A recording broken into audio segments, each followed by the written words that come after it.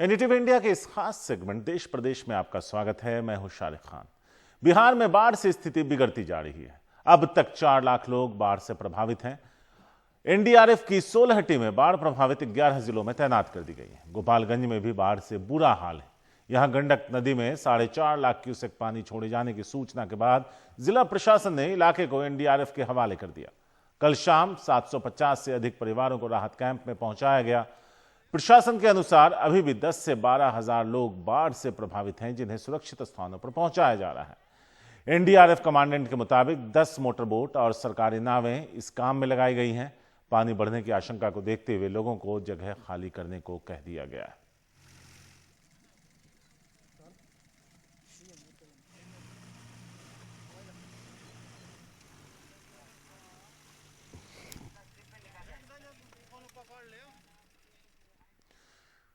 बिहार के बीरपुर में 3 दिन लगातार हो रही भारी बारिश के बाद कोसी नदी में बाढ़ का खतरा बढ़ गया है।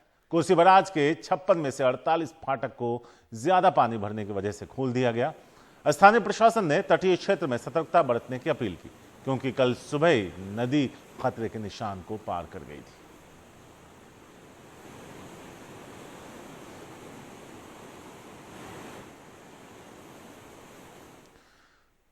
बिहार के दरभंगा जिले में बाढ़ में फंसी 8 महीने की गर्भवती महिला को अस्पताल पहुंचाने के लिए लोगों ने एड़ी चोटी का जोर लगा दिया।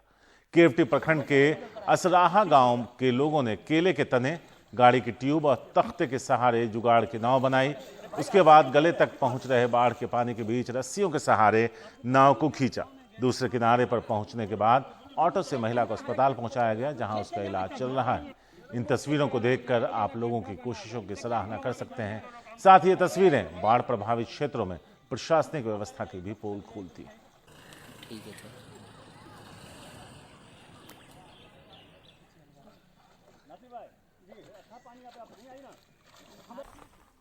बिहार का सीतामढ़ी जिला बाढ़ से बुरी तरह प्रभावित है। यहां काफी लोगों को अपना घर बार छोड़कर सुरक्षित जगहों पर जाना पड़ा है। मौसम विभाग ने सीतामढ़ी में आज भी जोरदार बारिश होने की संभावना जताई है।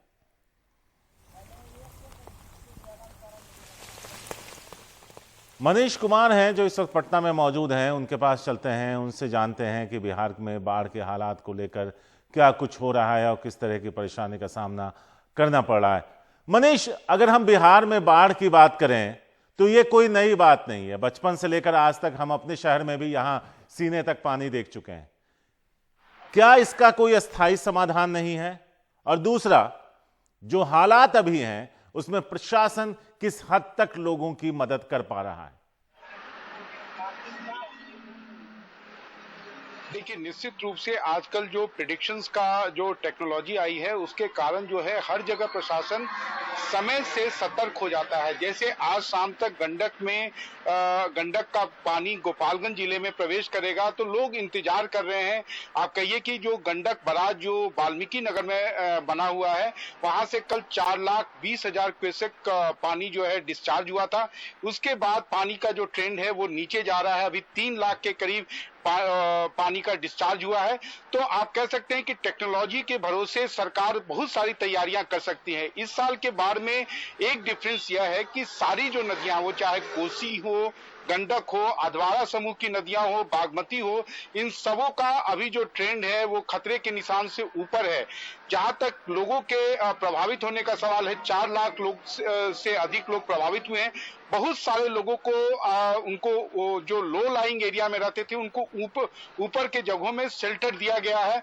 तो आप कह सकते हैं कि और एनडीआरएफ, एसडीआरएफ पहले बाढ़ आने के बाद ये लोग जाते थे जब प्रशासन उनको रिक्विजिशन करता था। आजकल ये डिफरेंस ये है कि ये बाढ़ आने के पहले से वहां पर कैंप कर रहे होते हैं, जिससे जान माल को उतनी ज्यादा क्षति नहीं होती है।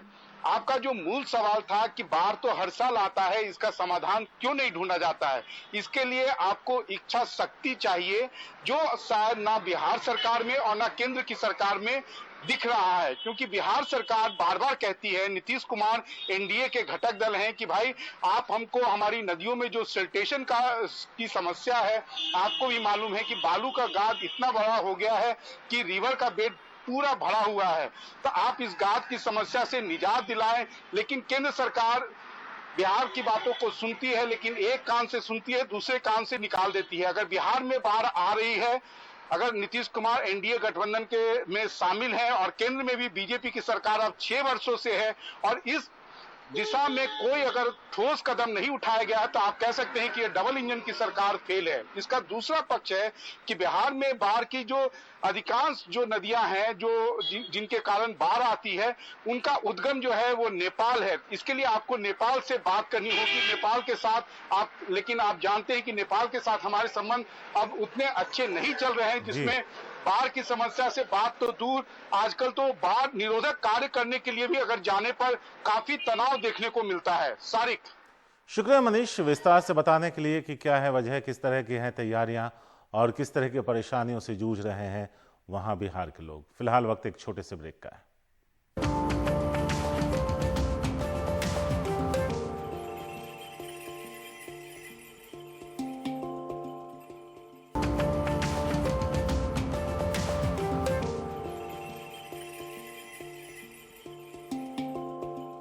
बिहार के बेगूसराय में बीजेपी महादलित मंच के प्रदेश संयोजक सुनील राम जब कोरोना को मात देकर अपने घर लौटे तो ढोल नगाड़ों के साथ उनका स्वागत किया गया।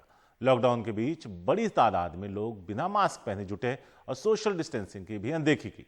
समर्थकों ने पटाखे भी छोड़े। अब इस स्वागत का वीडियो सोशल मीडिया पर वायरल हो रहा है। तो आपको यहां पर बता दें कि नेताओं का जब यह हाल है, जिनकी जिम्मेदारी है कि वो समाज को एक रास्ता दिखाएं, एक दिशा दें और समझाएं कि इस तरह की चीज़ें सही नहीं है, लेकिन राम साहब जो हैं वो थोड़े 2-4 कदम आगे निकल गए और वो भी तब जब वो खुद कोरोना से पीड़ित हुए, अपने घर ठीक होकर लौट रहे थे और फिर इतनी भीड़ अपने आसपास सुनील राम ने जमा कर ली।